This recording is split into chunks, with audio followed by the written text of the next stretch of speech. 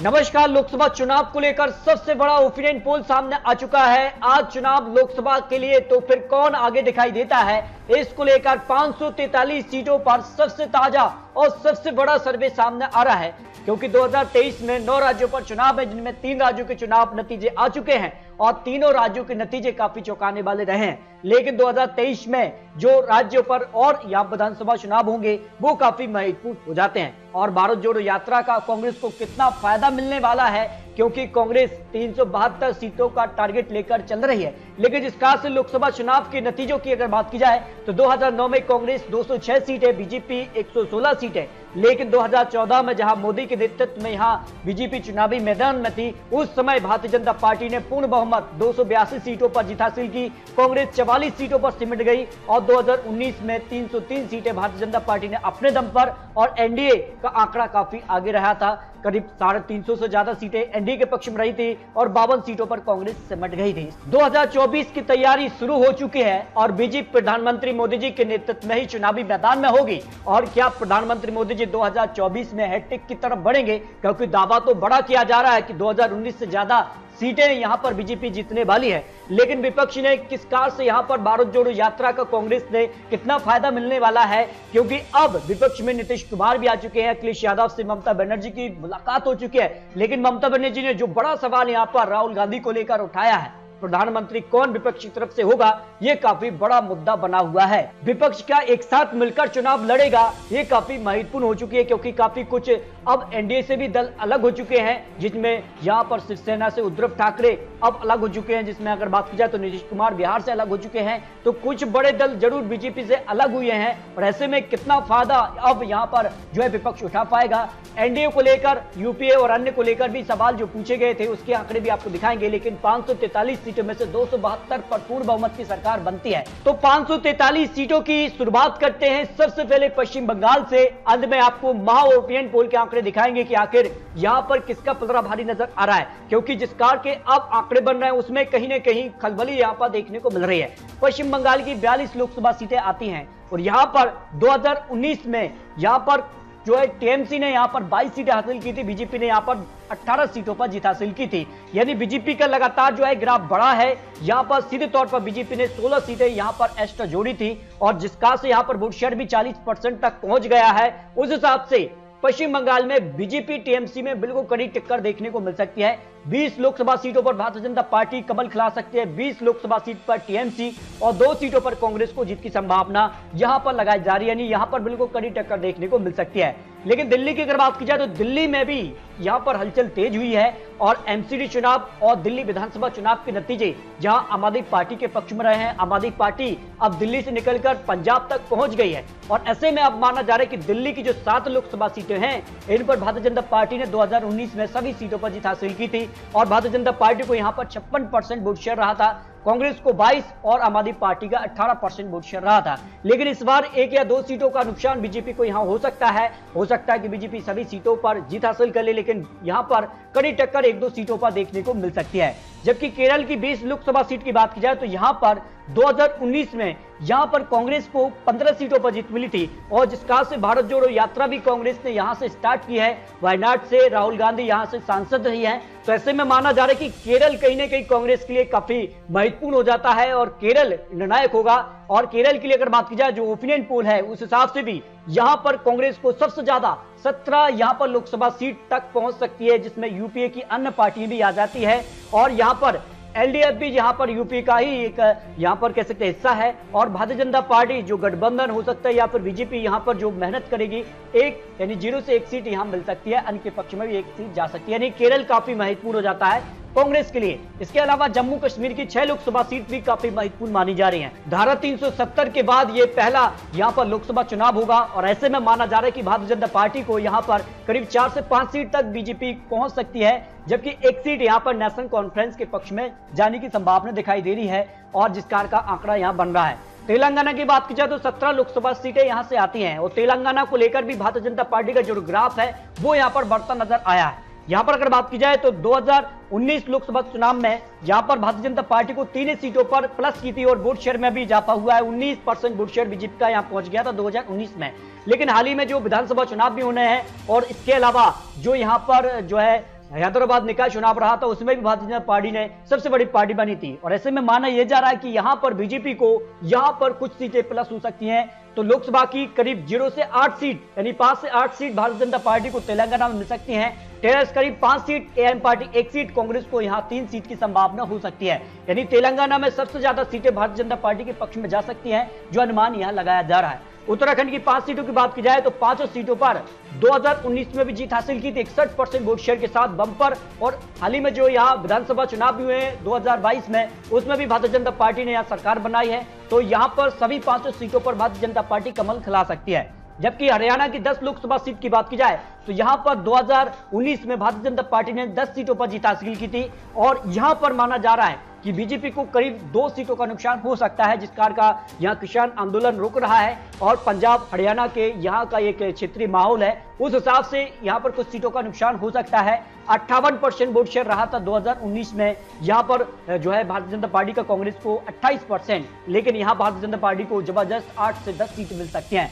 जबकि मेघालय की अगर बात की जाए तो 2 लोकसभा सीटें आती हैं। और यहां पर बात की जाए तो 1 सीट कांग्रेस के पक्ष में और 1 सीट यहां पर नेशनल पीपल्स पार्टी यानी जो एनडीए का एक सदस्य है और उसके पक्ष में यहां पर 1 सीट जा सकती है, जो अनुमान यहां लगाया जा रहा है। जबकि अरुणाचल प्रदेश की 2 लोकसभा सीटें हैं, दोनों सीटों पर भारतीय जनता पार्टी को जीत की संभावना हो सकती है। 2019 में भी दोनों सीटों पर जीत की यहां मिली थी भारतीय जनता पार्टी को, यहां पर भी मिल सकती है। लेकिन पंजाब में काफी हलचल हुई है, पंजाब में आम आदमी पार्टी सरकार बना ले गई है। और ऐसे में अब यहां का गणित जो है वो पूरा समीकरण काफी हलचल हो चुकी है। 2019 में जहां कांग्रेस को सबसे ज्यादा 8 सीट मिली थी, लेकिन पंजाब में कांग्रेस की सरकार थी।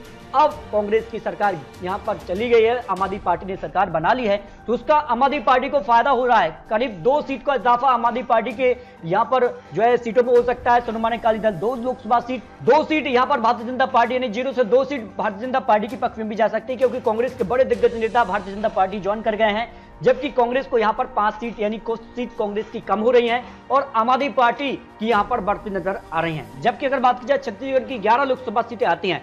2019 में भारतीय जनता पार्टी ने 9 सीटों पर जीत हासिल की थी, 1 सीट का इनको नुकसान हुआ था। 2014 में यहां पर उनको जीत मिली थी, लेकिन इस बार माना जा रहा है कि बीजेपी को 1 सीट और कम हो सकती है। 8 सीट भारतीय जनता पार्टी के पक्ष में जा सकती हैं। यहां पर कांग्रेस को 3 सीटों की संभावना यहां दिखाई दे रही है।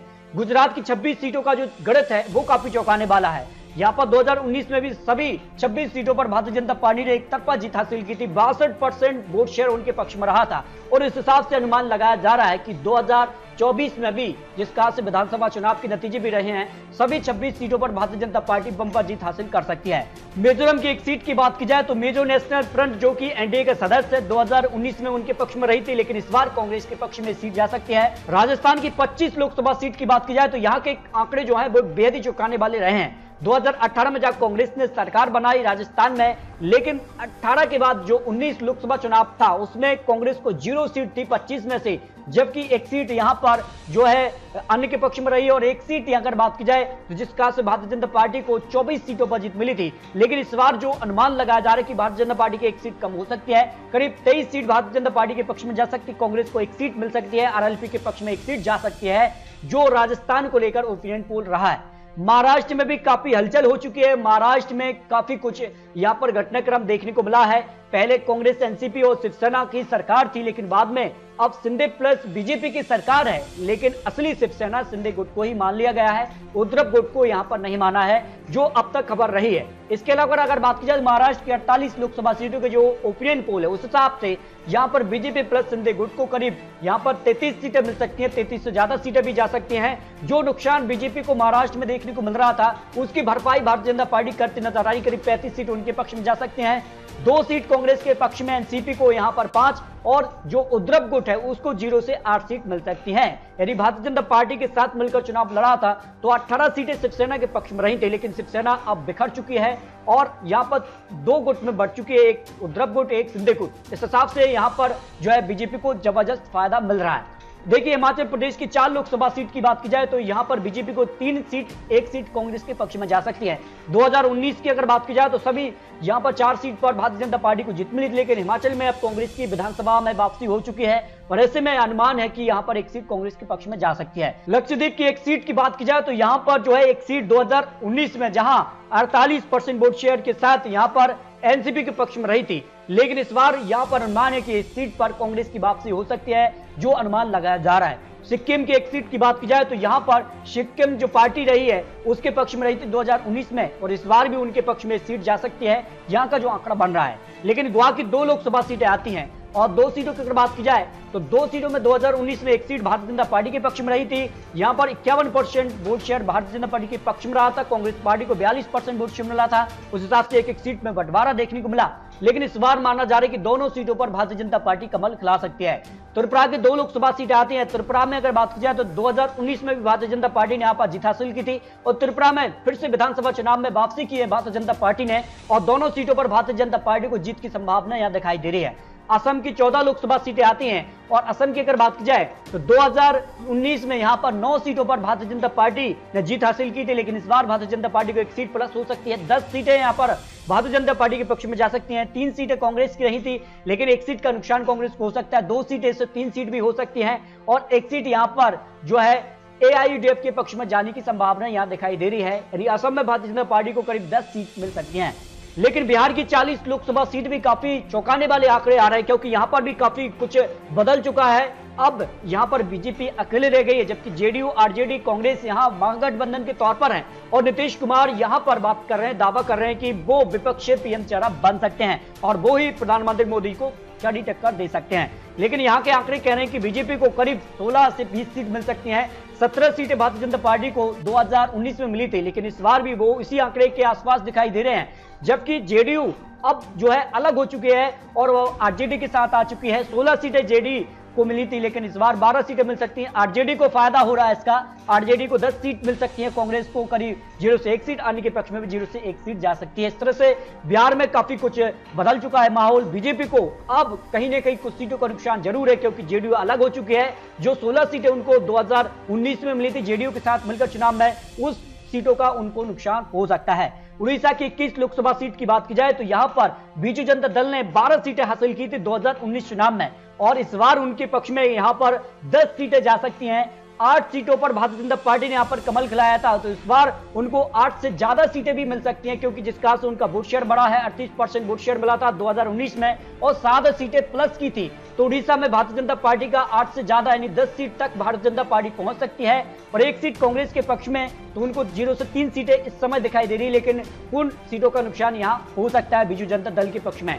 जबकि अंडमान निकोबार की 1 सीट की अगर बात की जाए तो इस सीट पर कांग्रेस को जीत मिली थी, लेकिन इस बार बदलाव भी हो सकता है, क्योंकि भारतीय जनता पार्टी को 2014 में सीट पर जीत मिली थी, 45% वोट शेयर रहा था, तो इस सीट पर कहीं ना कहीं बीजेपी का पलड़ा भारी हो सकता है। मणिपुर की 2 सीट की बात की जाए तो मणिपुर के लिए यहां पर जो है 2019 में 1 सीट यहां पर भारतीय जनता पार्टी के पक्ष में रही थी, और 1 सीट यहां पर नागा पीपल्स फ्रंट के पक्ष में रही थी। और इस बार भी जो अनुमान लगाया जा रहा है उसमें यहां पर 1 सीट भारतीय जनता पार्टी के पक्ष में जा सकती है, और 1 सीट कांग्रेस यहां पर नागा पीपल्स फ्रंट के पक्ष में जा सकती है। इस तरह से आंध्र प्रदेश की 25 लोकसभा सीट भी काफी चौंकाने वाले आंकड़े यहां से बनते हैं, और ये काफी महत्वपूर्ण होता है हार जीत के लिए।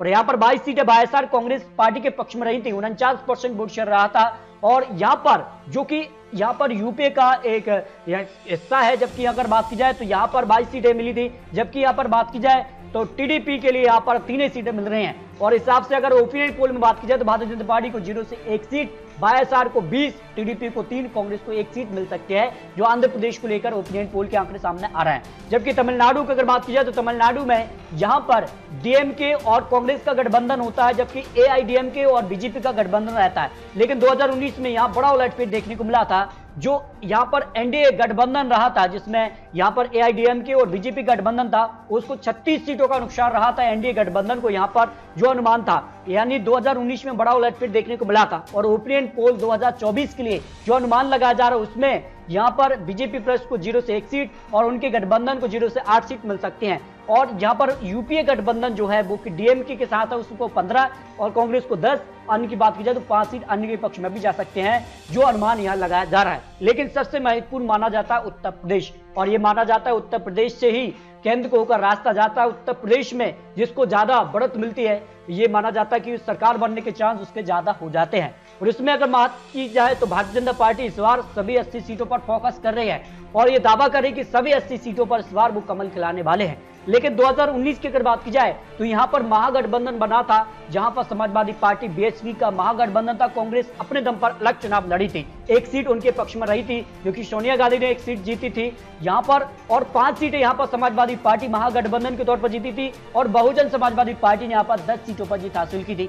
2 सीटें जो कि एनडीए गठबंधन अपने दल ने जीती थी और भारतीय जनता पार्टी ने यहां पर 62 सीटों पर जीत हासिल की थी। इस हिसाब से भारतीय जनता पार्टी ने जिस प्रकार से विधानसभा चुनाव में भी बड़ी जीत हासिल की है, उस हिसाब से माना जा रहा है कि 70 सीटें भारतीय जनता पार्टी के पक्ष में जा सकती हैं। समाजवादी पार्टी को 8 सीट, यहां पर बीएसपी को 2 सीटें मिल सकती हैं। कांग्रेस यहां पर 0 सीट पर समझ सकती है, जो अनुमान हो सकता है। चंडीगढ़ की एक सीट पर जो है भारतीय जनता पार्टी के पक्ष में 2019 में भी रही थी, 50% वोट शेयर मिला था 2019 में, और इस बार भी माना जा रहा है कि भारतीय जनता पार्टी के पक्ष में सीट जा सकती है। कर्नाटक काफी महत्वपूर्ण है। कर्नाटक की 28 लोकसभा सीट में से अगर बात की जाए तो 2019 में भारतीय जनता पार्टी को 51% वोट शेयर के साथ 25 सीटों पर जीत हासिल हुई थी और इस बार भारतीय जनता पार्टी को 1-2 सीटों का नुकसान हो सकता है।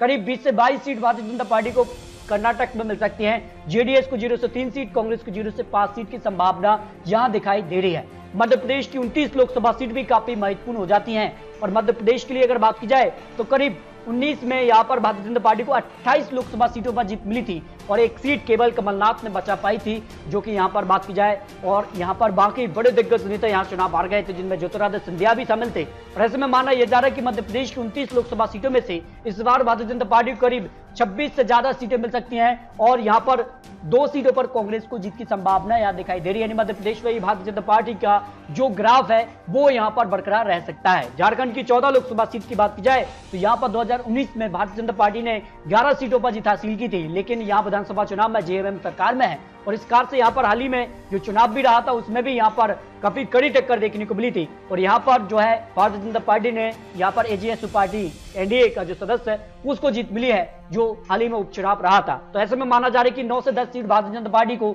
एक बार फिर से झारखंड में मिल सकती हैं। जेएमएम को 0 से 3 सीट, कांग्रेस को 0 से 2 सीटें मिलने की संभावना यहां पर ओपिनियन पोल ने लगाई है। तो इस तरह से अगर बात की जाए तो जो है यहाँ पर सभी यहाँ पर राज्यों के जो आंकड़े रहे हैं, जिनमें यहाँ पर 2019 और 2014 के आंकड़ों में तुलना की गई है, उस हिसाब से जो अनुमान लगाया जा रहा है और जो हाल ही में यहाँ पर जो है इंडिया टुडे ग्रुप ने भी सर्वे जारी किया, उसमेमें एनडीए को 43% वोट शेयर जा सकता है, यूपीए को 29% और इनके पक्ष में 28% वोट शेयर जा सकता है। उस हिसाब से अगर बात की जाए तो एनडीए को 298 सीटें मिल रही हैं, जबकि यूपीए की बात की जाए तो यूपीए 153 सीटें जा सकती हैं। इनकी बात की जाए तो अन्य के पक्ष में 92 सीट जाने की संभावना दिखाई दे रही है। यानी इस सर्वे के हिसाब से जो हाल ही का सर्वे रहा है उस हिसाब से एनडीए को फिर से बहुमत मिल रहा है, जो यहां पर कांग्रेस ने अपने अध्यक्ष भी बदल सके हैं। उसके बाद का ये सर्वे सामने आ रहा है। एनडीए को जो अनुमान था कि एनडीए गठबंधन को 61% लोग मान रहे हैं कि वो सरकार में वापसी कर रहे हैं, यूपीए गठबंधन को 32% और तीसरा जो महागठबंधन बन सकता है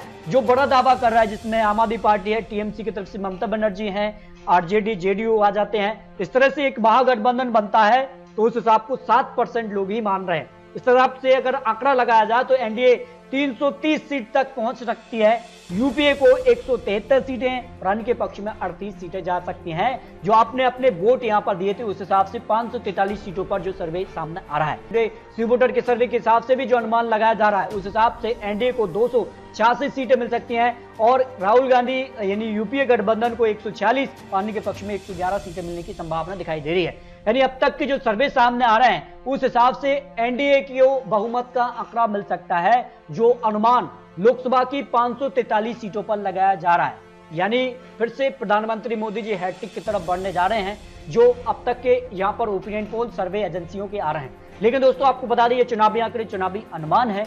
आने वाले वक्त में किस कार के बड़े बड़े यहाँ पर वादे होते हैं, किस कार के चुनावी मैदान में होते हैं और किस कार के गठबंधन होते हैं, क्या महागठबंधन की तरफ से कोई यहाँ पर प्रधानमंत्री, महागठबंधन की तरफ से किसी प्रधानमंत्री चेहरे के तौर पर आगे करती है, उसके बाद आंकड़े बदल भी सकते हैं। तो दोस्तों आपको क्या लगता है, क्या प्रधानमंत्री मोदी जी हैट्रिक की तरफ बढ़ेंगे या वनवास वर गई कांग्रेस और अन्य की यानी विपक्ष की वापसी होगी, इस पर अपनी राय रख सकते हैं। तो मिलते हैं दोस्तों लेटेस्ट और महत्वपूर्ण विश्लेषण के साथ, तब तक के लिए जय हिंद जय भारत।